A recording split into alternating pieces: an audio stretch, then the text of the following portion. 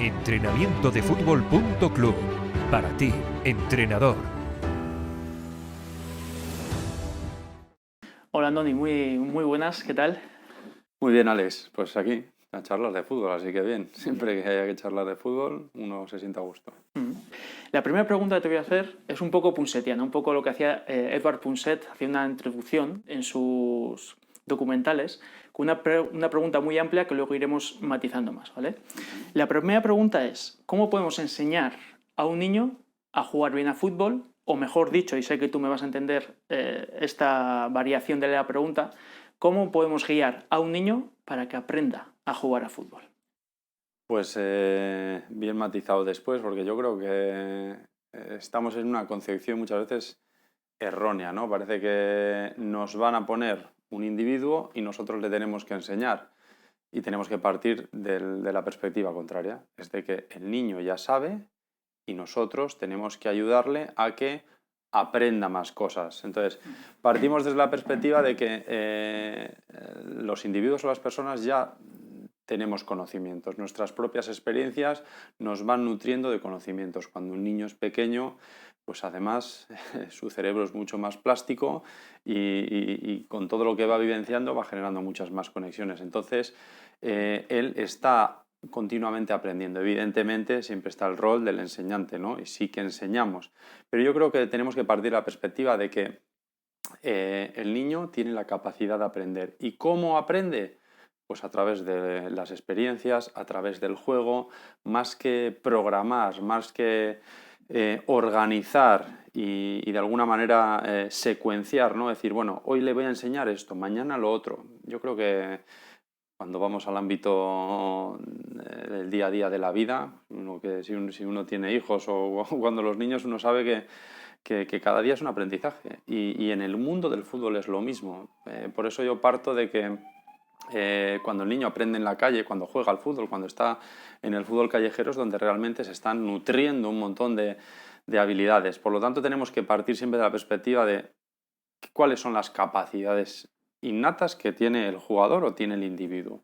Y en función de esas capacidades, bueno, pues ahí nosotros como docentes, nosotros como entrenadores, nosotros como enseñantes, decir, vale, pues ahora voy a aportarle en esto, voy a aportarle en lo otro, e ir construyendo pues todo aquello que el jugador necesita, pero siempre partiendo de la perspectiva del jugador primero como eje fundamental. O sea, sí podríamos decir, ¿no?, que el jugador tal cual es un condicionante, digamos, es un condicionante para aprender sus propias características como jugador, como niño, en este caso, y digamos que otro condicionante, otra característica que le ayuda es el entrenador, como parte de ese entorno, ¿no?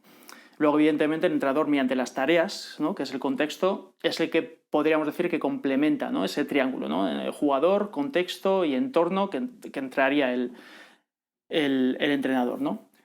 Sí, tenemos que conocer también cuál es el momento, ¿no?, evolutivo de desarrollo que tiene el jugador. Todos sabemos, como te he dicho antes, que hasta pues bueno, en las primeras etapas el cerebro es muy plástico, ¿no? Por lo tanto, genera un montón de conexiones, ¿vale? Entonces ahí es un momento para nutrirle al jugador, en este caso, de experiencias, de contextos, de interacción. Él tiene que interaccionar, se aprende a través de la interacción, a través de la práctica. Entonces ahí es donde tiene que empezar a hacer conexiones. También, pues las teorías del aprendizaje ya no nos hablan de un conductismo, ¿no? Yo creo que el modelo conductista está quedando un poco ya más obsoleto. No solamente aprendemos a través de la conducta, a través del ensayo-error, sino que también esa teoría constructivista, de decir, oye, ya cada uno de nosotros tenemos ya una serie de capacidades para ir construyendo, para ir interpretando, para ir observando, ir copiando modelos, las teorías luego ya sociales también, constructivismo social, de cómo aprendemos de los demás, cómo aprendemos de la interacción. Yo creo que tenemos que construirlo todo desde ahí. El contexto, entrenador, muy importante, pero tenemos que partir de las capacidades que tienen los jugadores en este caso. Andoni, has comentado una cosa muy interesante, que me parece muy interesante, que el contexto es una parte fundamental. Entonces, claro, en los contextos, que podemos llamar las tareas de entrenamiento, por simplificar, En tu opinión, ¿qué evolución han tenido en el tiempo? ¿Cómo deben ser a día de hoy? ¿Cómo creemos, al menos, que deben ser? Bueno, yo por lo menos como creo. Luego, como siempre transmito, yo creo que hay que tener mucho respeto para todas las maneras de entrenar, porque creo que todas han tenido su impacto, todas han tenido o tienen su influencia en los procesos de enseñanza-aprendizaje, pero para mí tenemos que partir de la perspectiva del juego. Como he dicho antes, el jugador como mayor aprende es cuando está continuamente en contacto con los estímulos que son propios de esa lógica interna del juego. Por lo tanto, creo que cuanto menos aislemos al jugador de elementos que van a estar presentes pues en la competición, ¿no? en lo que es el juego del fútbol, creo que va a tener la posibilidad de ir incorporándolos, manejándolos y optimizarlos para pues su rendimiento, ¿no? Al final, rendimiento es pues, cuando tú das un nivel o generas una mejora. Entonces, para mí, yo creo que la evolución ha sido muy clara. Hemos partido de un modelo en el que, pues bueno, yo creo que con la incorporación de los preparadores físicos se empezó a segregar un poco el decir, vale, pues ahora hay un preparador físico, te encargas la parte condicional y el entrenador se encarga de todo. En el momento que vamos descubriendo que el fútbol, pues bueno, se puede mejorar en diferentes partes, decir, existe la técnica, ya cuando surge el concepto técnica, el táctica, preparación física, preparación psicológica, parecía que había que trabajarlos de manera independiente. Pues hoy vamos a trabajar la técnica, hoy vamos a trabajar la táctica, en la medida que nos vamos dando cuenta que el juego en sí, el cómo atacar, el cómo defender, el cómo implementar un sistema de juego o un modelo de juego adquiere mucha más relevancia, nos damos cuenta de que, quizás tenemos que trabajar de una manera mucho más global, integral o como lo queramos llamar.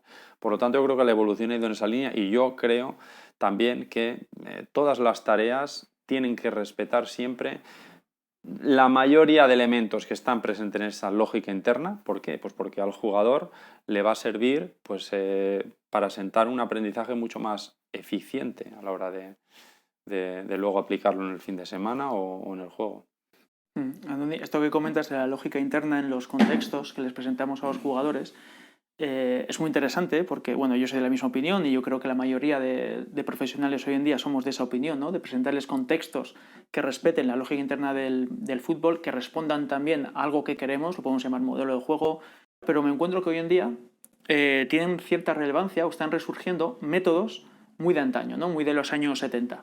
¿No? Y, por ejemplo, el método Koerber, de Will Koerber, está teniendo una relevancia, bueno, bastante notoria a día de hoy, ¿no? Y, en mi opinión, es un método bastante analítico que tiene como 6 etapas, tiene 6 fases, ¿no? Desde el control individual a la recepción al pase, y sí que acaba en un juego, pero es que incluso ese juego, esa parte más jugada, es un espacio muy reducido. Ellos indican que hay que hacer un espacio muy reducido para que la técnica sea todavía mejor, ¿no? O sea, siguen analizando el juego, siguen separándolo en partes. ¿Qué opinión te suscita a ti que a día de hoy todavía con lo que sabemos, con el conocimiento que tenemos, ¿no? Y que todo apunta hacia lo que tú has comentado, se sigan utilizando estos métodos o sigan teniendo cierta atención? A ver, yo como he dicho al principio, trato de ser muy respetuoso con todos los compañeros de profesión, en este caso con los autores o los que organizaron este método. Es respetable ese tipo de metodologías, de hecho seguramente tienen un impacto positivo en una mejora de aspectos técnicos del juego, sobre todo yo creo que son metodologías o procedimientos en los que están muy centrados en el jugador y el balón. Hay mucha repetición, hay mucha interacción jugador-balón, hay pocos elementos distractorios, lo que permite tener mucho más el control del jugador sobre el balón. Y lo que te digo, para mí son metodologías que lo que permiten es al jugador tener mayor destreza motora. Si yo lo traslado al juego, pues creo que las situaciones en las que yo voy a demandar de ese tipo de acciones en las que trabajo van a ser muy pocas y poco relevantes en el juego. Creo que cuando yo afronto un duelo, pues tengo que manejar muchos más elementos que simplemente superar al adversario en el duelo. Entonces, este tipo de maniobras, evidentemente, me van a dar un control sobre el balón, una seguridad sobre el balón, pero tengo que en algunos casos asociarme, otros casos, una vez que he superado, buscar otras alternativas. Y yo creo que para esto tenemos que construir contextos mucho más complejos que los propiamente analíticos. Creo que puede ser un complemento, claro que sí. Yo no apuesto por este tipo de tareas dentro de la metodología porque creo que me ocuparían demasiado tiempo del microciclo o de la planificación. Quiero decir, yo puedo utilizar tareas puntuales que las puedo utilizar en días en concreto en los que, pues bueno, yo puedo tener el foco más en el jugador en este caso y me interese pues, desarrollar esa parte motora, ¿no? También depende qué etapas tenemos mucha más recepción o mejora de los elementos motores, pues sobre todo sabemos que en las primeras etapas el jugador está mucho más receptivo porque su cerebro también se está conformando por ahí, porque es mucho más interesante el trabajo del aspecto motor, ¿no? Entonces, bueno, pues en esas etapas, en momentos puntuales y en días en concretos, pues sí que creo que puede haber tareas de este tipo.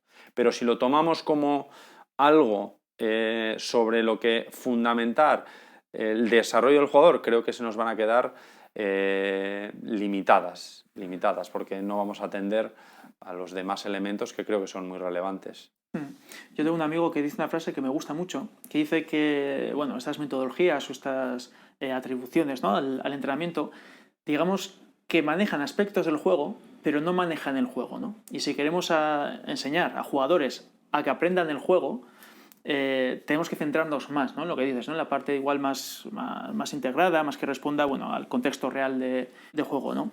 Son metodologías muy vistosas porque evidentemente, pero vamos a ir a un caso concreto. O sea, yo cuando soy un jugador de banda, y pongo el mismo ejemplo antes que ponía del duelo, y soy capaz de superar un duelo y soy capaz de sacar un centro, vale, esto me lo puede proporcionar este tipo de metodologías, pero ¿cuántas veces he conectado con el jugador en disposición de remate?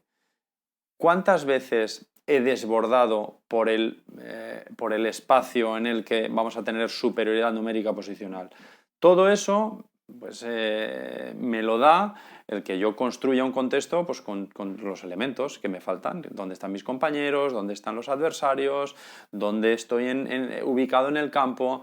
Porque, y además nos pasa, o sea, tenemos jugadores que, pues bueno, quizás tienen, ya no solo a trabajar a través de este medio, sino por inercia, son muy buenos en los duelos y en los centros, ya, pero luego en su estadística, y creo que tenemos que cada vez más ir a las estadísticas, a la efectividad, estamos viendo que está siendo muy poco efectivo en cuanto a asistencias. Entonces, yo creo que todo lo tenemos que construir desde una panorámica mucho más amplia y compleja.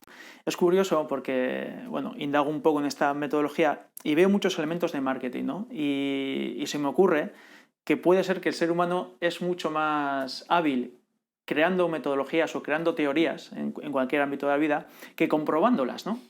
Claro, comprobar que algo funciona o que algo es mejor que una teoría anterior es difícil.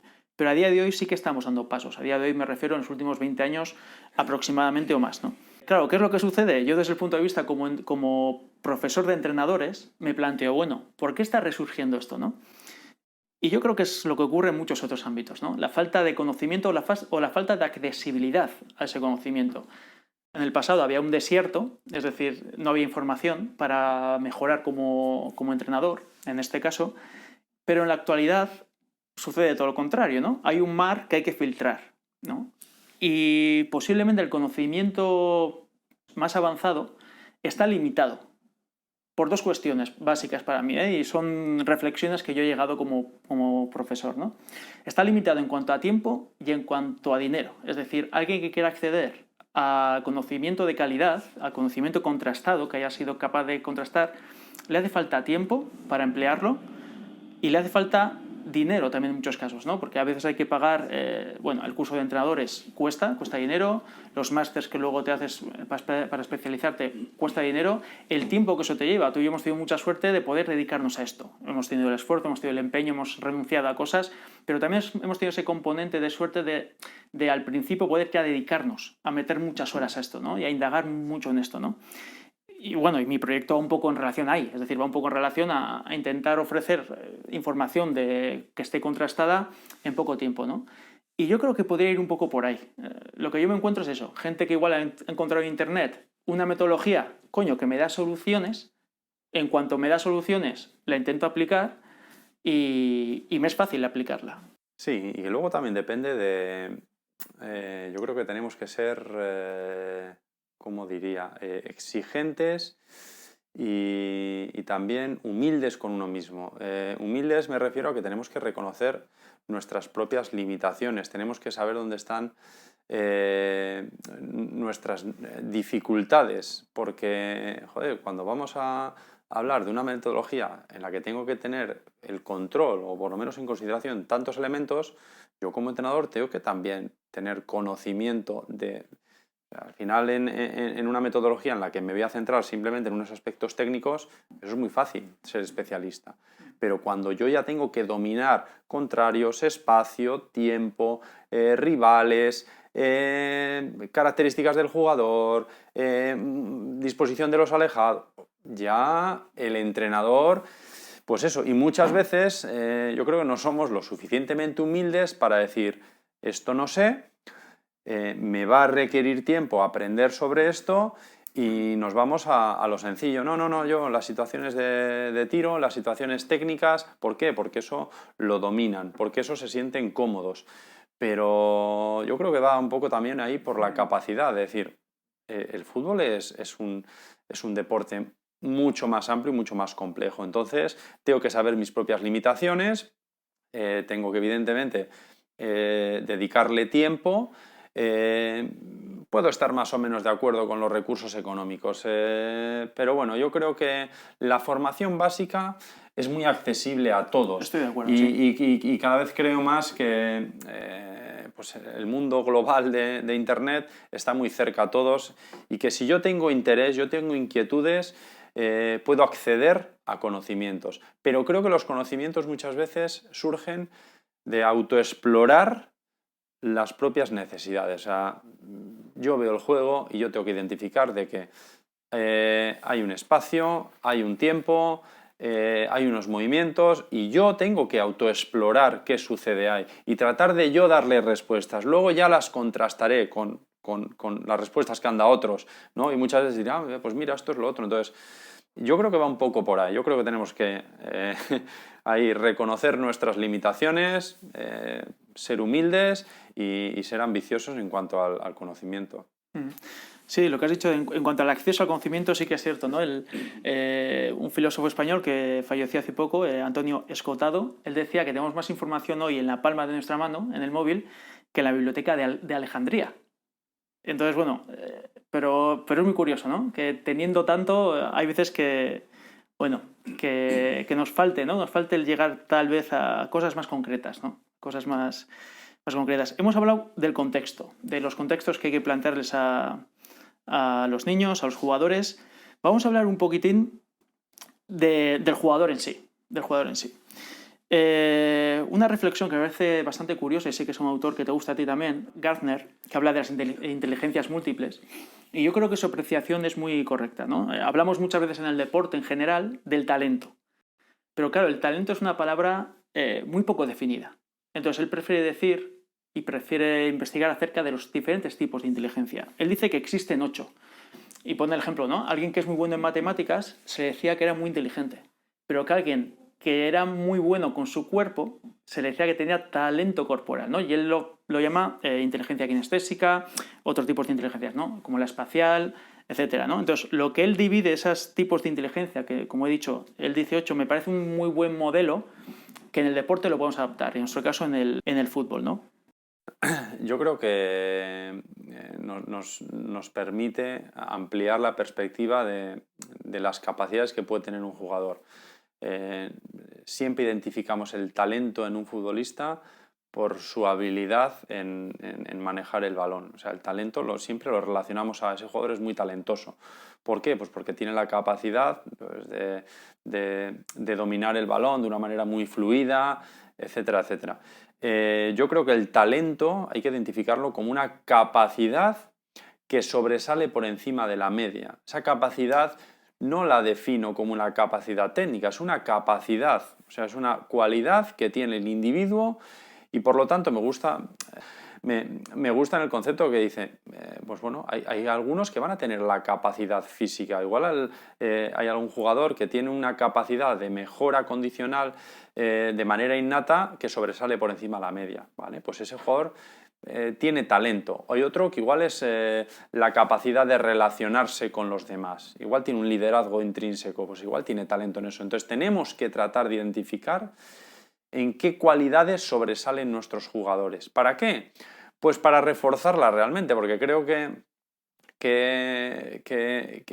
tenemos que realmente invertir tiempo en hacer mejor a los jugadores en lo que realmente son buenos. Esto no quita a que yo vaya a dejar de un lado, es que, joder, no entiende cuando tiene que hacer una cobertura, ya, pero si es bueno cada vez que encara al rival y le desborda, ya, pero habrá momentos en los que, bueno, pues también quiero decir que tenemos que atender esa parte, ¿no? O sea, mejorar las debilidades y perfeccionar las virtudes. Yo siempre hablo de esos dos conceptos, minimizar las debilidades y potenciar las virtudes. Entonces, creo que tenemos que tratar de identificar en qué somos buenos, porque todos tenemos algo que nos diferencia de los demás.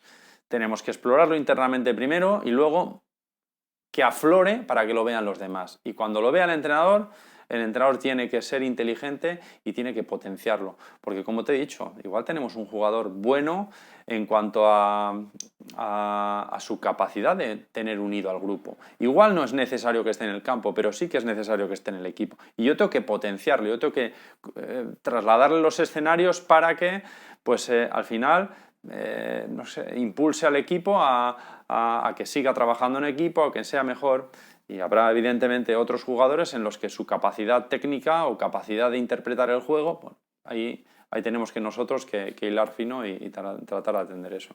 Claro, en relación a esto, se me ocurre también las edades, ¿no? Hay, digamos que los niños demuestran sus potencialidades, sus diferentes potencialidades en diferentes edades.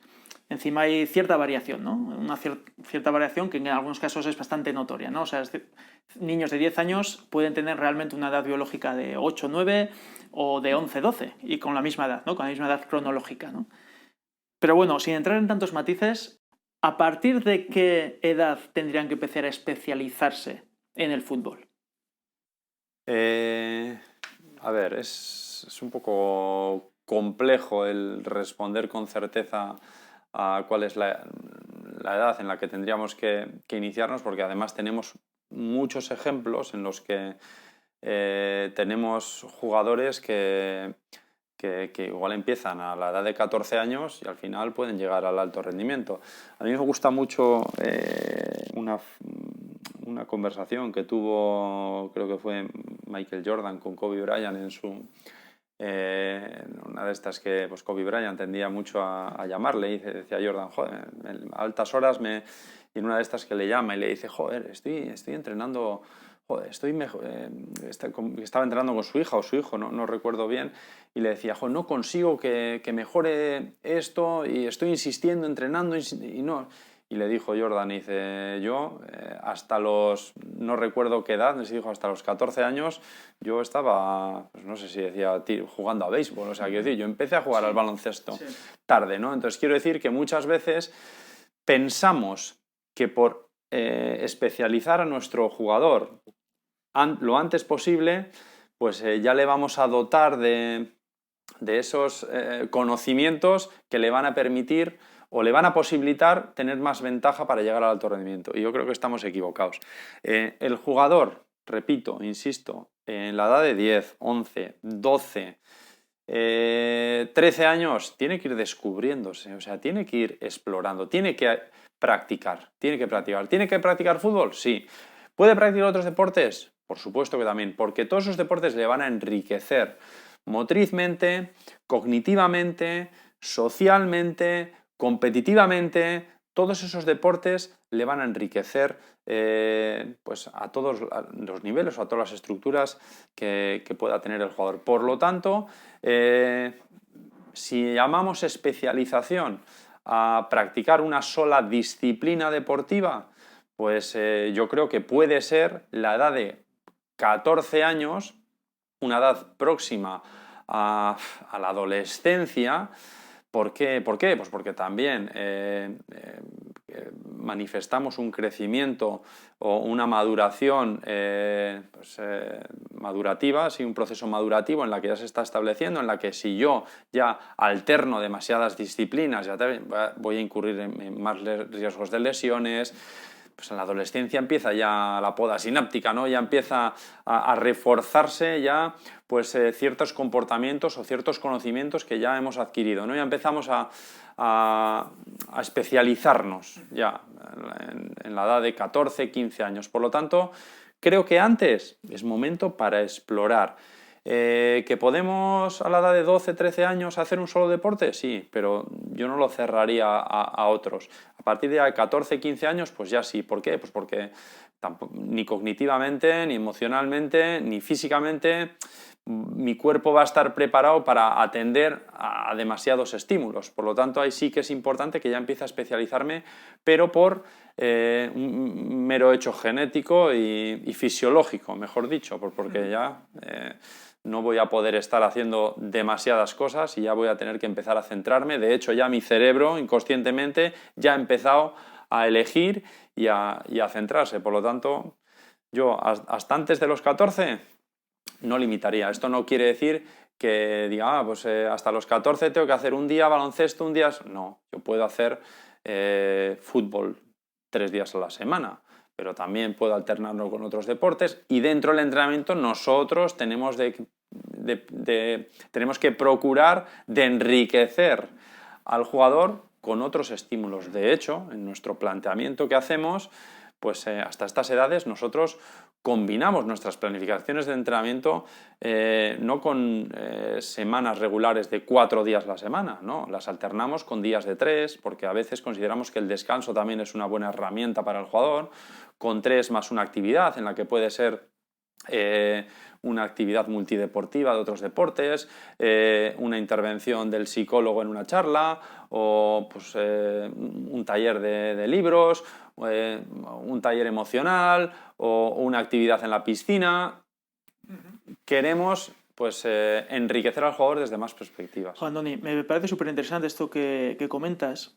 No ya lo que comentas que sí, sino desde dónde viene. Porque digamos que llevas una cantera de uno de los clubes más prestigiosos del mundo en cuanto a su cantera, ¿no? Pero es que tu opinión coincide no ya con la de, por ejemplo, Paco Cirulo, ¿no?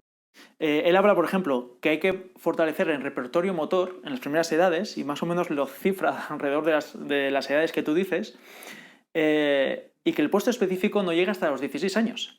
Pero no voy ya solamente a esto, sino que incluso Mateyev y Platonov, que fíjate, de la antigua Unión Soviética, estos no se andaban con chorradas, es decir, estos no tenían una visión humanista del niño. Estos lo que querían era un rendimiento futuro en el niño, para conseguir medallas.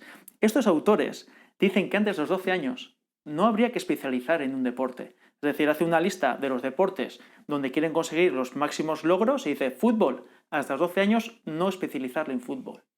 También está sucediendo en Noruega, y la gente se sorprende cuando realmente lo que lees es, dices, bueno, es que están aplicando lo que a día de hoy ya sabemos que hay que aplicar. Lo que pasa es que lo están haciendo, lo están aplicando, ¿no? Y me parece interesante, ¿no?, que alguien con tu autoridad en cuanto a una de las escuelas más prestigiosas que hay en el mundo en cuanto a fútbol, que lo comente, ¿no? Yo creo que también un poco nos dejamos llevar por el mimetismo que hay entre lo que vemos en la televisión, ¿no?, en el alto rendimiento con los niños, ¿no? Y claro, el objetivo es totalmente distinto. El objetivo para un niño es formarle y el objetivo en el alto rendimiento es ganar. Entonces, bueno, de ahí derivan, ¿no?, una serie de formas de entrenar que tal vez no sean las más convenientes. Está claro, creo que nuestra perspectiva tiene que estar en el jugador, en mejorarle, en desarrollarle y en potenciarle. Afortunadamente me encuentro en la mejor cantera que puede estar uno, y me encuentro además acompañado de grandes profesionales. O sea que esto no solamente es fruto de lo que se le ocurra a Andoni en un momento, sino que esto está apoyado en conversaciones pues, con el responsable del departamento condicional, con técnicos que intervienen en las etapas de iniciación y desarrollo.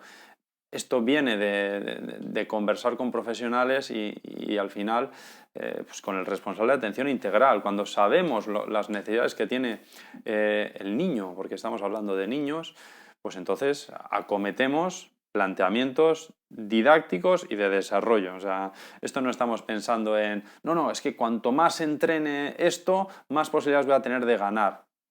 Evidentemente, la competición forma parte de la formación. Evidentemente yo no voy a jugar un partido y voy a salir a perder o voy a obviar el resultado. El resultado es parte de la vida y es parte de la competición. Pero creo que el foco tiene que ser el desarrollo y la mejora, o sea, evidentemente. Sí. Hemos hablado del contexto en un primer lugar, hemos hablado del niño ahora. Me gustaría hablar un poco del entorno, y en cuanto al entorno al que controlamos, que es el entrenador, ¿no? Porque el resto, es decir, la afición, los padres, la televisión, no la controlamos. Lo que controlamos nosotros somos a nosotros mismos como entrenadores, ¿no? Entonces, en tu opinión, ¿cuál es el perfil de entrenador deseable para las etapas de formación? Para mí, un entrenador especialista. O sea, yo creo que el entrenador tiene que ser muy claro de que, así como digo que, ¿no?, todos tenemos que descubrir cuál es nuestra capacidad, nuestro talento, el entrenador también tiene que saber dónde encaja mejor. Hay docentes que son de vocación docentes para la educación infantil, para la educación secundaria, para la educación universitaria. Hay médicos cuya vocación es orientada, yo qué sé, a la pediatría, otros a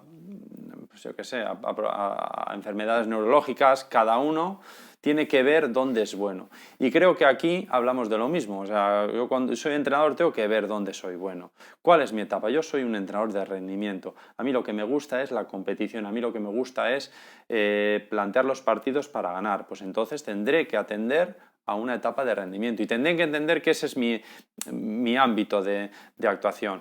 Yo soy un entrenador que a mí me gusta iniciar a los jugadores. Bueno, pues quizás mi etapa sean las primeras etapas, entre los 9, entre los 8 y los 11 años, esas primeras etapas donde el jugador tiene que iniciarse a conocer y a explorar este deporte, y yo tengo que darle las herramientas para que lo conozcan, para que se conozcan sus habilidades. Tengo que encontrar cuál es mi momento y para eso, repito, tenemos que ser humildes otra vez, miraros internamente, aprender de nosotros y saber en qué somos buenos. Para mí es muy clave que sean especialistas, que sean docentes, y docentes en el sentido de que entiendan que están al servicio del jugador, que tienen que provocar un aprendizaje en él, o sea, que no están para obtener un resultado. O sea, tienen que centrarse en el proceso. Por eso hablo, no quiero decir que ahora los profesores tengan que dedicarse a entrenar. No, todo lo contrario. Simplemente que tengamos herramientas didácticas, ¿no? Que sepamos que todo es un proceso, que hay que evaluar, que hay que planificar, que hay que pues a veces intervenir para modificar comportamientos, que hay que gestionar emociones. Todo eso. Para mí creo que el entrenador tiene que ser docente y tiene que ser especialista, principalmente. Sí, y luego, evidentemente, conocer de fútbol y ser un gran conocedor de... Sí, pero lo has dejado para el último lugar y es por algo, y yo estoy de acuerdo. Es que estoy de acuerdo. Es que no me importa que un entrenador sepa contrarrestar un 4-4-2, un entrenador para la formación. Es lo menos importante. O sea, estoy de acuerdo y me parece muy oportuno, ¿no?, que le hayas dicho a... pues al final, ¿no? Y claro, aquí sucede una cosa. Hay una frase que suele decir que los mejores entrenadores tienen que estar en la base. Eso no tiene sentido, porque claro, por contraposición, los peores tienen que estar en el rendimiento. No, tiene que haber buenos entrenadores en la base para la base y buenos entrenadores en el alto rendimiento para el alto rendimiento. ¿Qué sucede? Cuando empiezas a entrenar a fútbol, como entrenador, tu objetivo es poder vivir del fútbol. Entonces, claro, empezamos por ahí. La paradoja es, yo estoy empezando con niños porque quiero llegar arriba. Entonces, mi cabeza y lo que estoy aprendiendo es para llegar arriba. No me centro en los niños. De aquí deriva que tal vez haga algunas decisiones que no le fortalezcan al niño. Por ejemplo, lo que hemos comentado antes de los puestos específicos. Para mí, para conseguir un objetivo en este partido, o en la liga, para conseguir mejor rendimiento, lo que mejor me viene es especializar por puestos. Claro, al niño no. Pero a mí, inconscientemente, que seguramente es una manera muy inconsciente, ¿no? Los entrenadores quieren sacar el mejor rendimiento al equipo. Y lo he pensado muchas veces, ¿no? ¿A quién ficharía yo para la base? Juan Malillo, para mí es un entrenador que entiende muy bien el proceso. Pero Juan Malillo jamás te va a ir a una base. Es verdad que dedicarte profesionalmente al mundo del fútbol es algo que está al alcance de pocos, por lo menos aquí, repito, porque sí que creo que hay posibilidades de hacerlo fuera. Entonces, creo que tengo que ser consciente de eso. Yo creo que todos necesitamos primero experimentar y explorar y hacer, entre comillas, un autoaprendizaje, invertir. Quiero decir, yo sé que en los primeros años no voy a esperar vivir de esto, ¿no? Yo creo que como todos hemos invertido en educación, también tenemos que invertir en conocimiento y en práctica. Entonces, sí que es verdad que creo que los clubes como tales primero tendrían que tener claro cuál es su manera de ver el proceso, porque habrá clubes en los que lo que quieran es el rendimiento inmediato, en cualquier categoría. Por lo tanto, a eso sí que les invito a que busquen este tipo de perfiles de entrenadores que lo que quieran es crecer. ¿Qué me estás diciendo ahora? Ya, pero es que eso va en contra de lo que tú piensas de los jugadores. Ya, pero es que yo no voy a ir en contra de ese club que tiene esa manera de entender, ni en contra de esos padres que piensan que tienen que llevar ahí a su hijo. Entonces eso hay que respetarlo. Es como yo tengo ahora mismo la voluntad de llevar a mi hija a baloncesto a un sitio o a fútbol a otro, yo puedo elegir, ¿no? Entonces yo sé cómo son las diferentes entidades o centros educativos. Yo sé que este centro educativo se basa en esta guía didáctica y este otro en esta guía. Entonces elegiré. Lo mismo pasa con los padres cuando eligen dónde apostar. Entonces esos clubes tendrían que apostar por este tipo de entrenadores. Sacando el nombre de Juan Malillo, la verdad que no se lo he preguntado nunca si él se ve entrenando a la base. Yo creo que, sí que tiene buenas percepciones de lo que hay que hacer, pero yo sí que creo que es un entrenador que siempre ha estado sobre todo vinculado al alto rendimiento y a manejar a jugadores de alto nivel. No sé yo, porque también hay que estar preparados, y yo no sé si él tiene, porque no he tenido la oportunidad de conversar estas cosas con él. Algún día igual sí que se lo consulto, ¿no? Decir, oye, ¿tú te verías? Igual dice, joder, en cuanto a ideas sí que las tengo, pero igual luego me faltan otra serie de habilidades. Igual no tengo empatía, igual no tengo paciencia. Hay muchas características que hay que tener para poder estar en las diferentes etapas. Entonces, hay que conocer bien. Seguramente que por discurso sería ideal, pero luego hay que verse, lo que te he dicho antes, hay que verse dónde encajo, cuáles son mis virtudes, mis características, etcétera, etcétera. Y yo sí que creo que los entrenadores tendrían que buscar un poco o ser honestos, ¿no?, con unos mismos y decir, yo quiero dedicarme a esto. Entonces, si quieres dedicarte a esto, trata de que tu primer equipo sea un equipo cadete o juvenil. Opciones vas a tener, porque hay, que tu primer escenario de aprendizaje sea ya el que va a estar orientado a lo que tú quieres ser. Yo creo que somos poco honestos con nosotros mismos y creo que queremos entrenar, porque al final es lo que se ve, ¿no? Los que están en el máximo nivel son los que tienen mayores remuneraciones, etcétera, etcétera. Y repito, a día de hoy aquí es difícil, ¿eh? Es que poder vivir de esto de una manera quizás más o menos bien, tienes que estar hablando ya de segunda B, porque incluso en tercera puedes andar dedicando exclusivamente a esto. Entonces, ahora mismo las oportunidades están fuera, y existen, y bien reconocidas. Y entonces, es cuestión de explorar cada uno lo que quiere para sí. No, y me parece una recomendación de oro, porque el tener claro, ¿no?, es el principio a qué te quieres dedicar, ¿no? Y lo que has comentado, el cadete juvenil, ya empezamos a buscar esto, el saber que fuera sí se puede vivir de esto, pero claro, hay que querer ir fuera, ¿no? me parece una recomendación muy buena, que la trayectoria y los años te llevan a saber que esto es así, ¿no? Entonces, bueno, es una muy buena recomendación para aquellos que, bueno, pues que quieran labrarse un futuro en el rendimiento. De hecho, yo empecé a entrenar, además lo recuerdo, empecé a entrenar en fútbol sala, pero yo cuando empecé a entrenar no pensaba dónde quería entrenar. O sea, yo no dije, yo quiero entrenar en el máximo nivel, ¿no? Yo quería entrenar, porque me gustaba entrenar y porque quería aprender de lo que es entrenar. Entonces, yo creo que todo tiene que empezar por ahí. También creo que es lícito el decir, bueno, yo quiero llegar hasta ahí, pero voy a ir escalón a escalón. Voy a entrenar a esta categoría, pero no con la perspectiva de, no, voy a atenderla con lo que requiere esta categoría. Yo creo que tenemos es un compañero que está trabajando con nosotros, Javi González en este caso.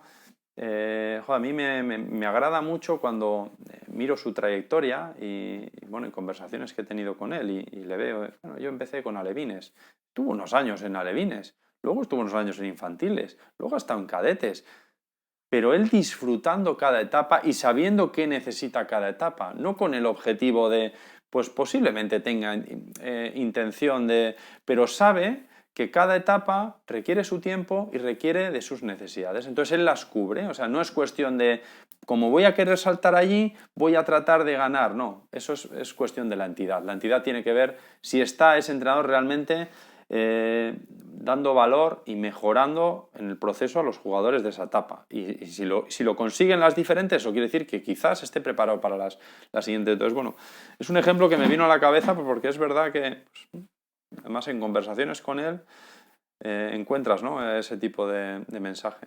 Qué bueno. Andoni, estamos acabando ya, hemos tocado los 3 puntos, ¿no? Hemos tocado el contexto, el siguiente vértice que era el jugador y posiblemente es el más importante. Hemos tocado ahora el entrenador. Te quiero hacer una última pregunta y nos vamos a montar en el DeLorean, ¿no? De Regreso al Futuro, ¿no? Imagínate que vuelves al pasado, pero con todo el conocimiento que tienes hoy. Y tú te encargas de coordinar una cantera en un club humilde. Hay equipos que entrenan 2 o 3 días en la formación y sabes que tus entrenadores no tienen un gran recorrido. ¿Qué les dirías a ellos? ¿Qué pautas, qué pilares fundamentales, qué líneas maestras marcarías? Lo primero, que trataría de instruirles en la importancia de conocer el juego y de conocer lo que necesita cada jugador en cada momento de su desarrollo. Repito, insistiendo en aspectos más del yo del jugador en las primeras etapas, evolucionando más al grupo y acabando más por el colectivo, ¿no?, en la medida que vamos avanzando hacia el rendimiento. O sea, darle a entender de que el jugador pues se está construyendo, ¿no? Entonces, a través del juego, que tenemos que instruirle y formarle. Y luego formarle en aprovechar las tareas. Creo que las tareas son el elemento que tiene que tener realmente un impacto en la mejora del jugador. Por lo tanto, si yo no tengo de muchos días y no tengo de muchos recursos, lo que sí que trataría de buscar es espacio y recursos materiales, en este caso balón, o sea, para poder construir esos escenarios que fuesen realmente productivos para el jugador. Me olvidaría de, oye, pues tienes que estructurar el microciclo, no, o sea, que las tareas que hagan, si son pocas porque no tenemos mucho tiempo en el entrenamiento, que sean realmente efectivas. Que, ya te digo, instruirles muchos en el conocimiento del juego, que aprendan a identificar los roles del que tiene el balón, del que está alejado, del más receptor. ¿Para qué? ¿Para qué los roles? Para que empiecen a ocupar y optimizar el espacio, que al final el reconocimiento del espacio es fundamental por parte del jugador, pero sobre todo por parte del técnico, porque el técnico es el que tiene que ir viendo con esa visión mucho más expansiva de que el balón es un elemento, pero lo que pasa en los otros 2 extremos también es importante. Entonces, Y eso es cuestión de entrenamiento, que al final el entrenador pone el foco en donde está el balón y obviamos si el último defensor pues, está descolgado, si está acompañando la línea, si el lateral del lado opuesto está demasiado abierto cuando el juego está en lado contrario, si está cerrado, si está en disposición de ayudar en transición ofensiva. Bueno, hay muchos elementos que creo que habría que ir instruyendo a nuestros técnicos. Yo centraría en mucha formación con respecto a conocer el juego, conocer las necesidades, conocer qué necesita cada jugador en cada momento y luego ya ir construyendo con tareas, dominando diferentes tareas muy sencillas y ir cogiendo conocimiento, porque creo que cogiendo una tarea, te diría, de cada bloque, entendiendo bien la tarea, iba a poder luego dominar muchas más tareas. Y cuando esto digo, pues una posesión, que nosotros llamamos posesiones técnico-tácticas, cuando entendamos que la posesión lo que tiene que permitir es mejorar técnicamente al jugador y mejorar aspectos del conocimiento del juego, pues cuando haga una micro, que puede ser, yo que sé, un 4 contra dos zonas, pues voy a saber que los jugadores tienen que ocupar el espacio, que los jugadores sin balón tienen que coordinar sus movimientos, que mantener distancias para robar, para que luego haya una transición. Si yo domino esa tarea, luego voy a poder hacer el 5-2 zonas, el 2 contra 2 más 2, el 3 contra 3 más 1. ¿Por qué? Pues porque todo va a ir sobre lo mismo. Entonces, eso con las demás tareas. Muy bien, Andoni, pues espero que lo haya escuchado mucha gente, muchos entrenadores, muchos coordinadores de cantera y bueno, y que puedan llevarse mucho de nuestra conversación. Te agradezco mucho que me hayas abierto las puertas literalmente de tu casa y que te hayas abierto, bueno, pues a contarnos todas tus opiniones sin ningún tapujo. Bueno, yo encantado, ya te digo, primero de que estés aquí en casa y de hablar de fútbol y de hablar de procesos de aprendizaje, porque creo que es importante que tengo una frase que además cuando organicé un clinic ya hace muchos años la puse como Logan y como lema, que es compartir experiencias es ampliar conocimientos. Además creo firmemente en eso, creo que cada uno de nosotros tenemos que compartir pues, lo que hemos vivido, lo que estamos viviendo, para que ayudemos a nosotros mismos a conocer más cosas y a otros a ampliar sus conocimientos. Creo que eso es la base o el legado que podemos dejar cada uno de nosotros. No he contado ningún misterio, ninguna cosa que no se sepa anterioridad. Has citado antes a Platanov, has citado a Paco Seirulo, es gente, ya hemos visto, o sea, que vienen de hace muchos años de investigaciones.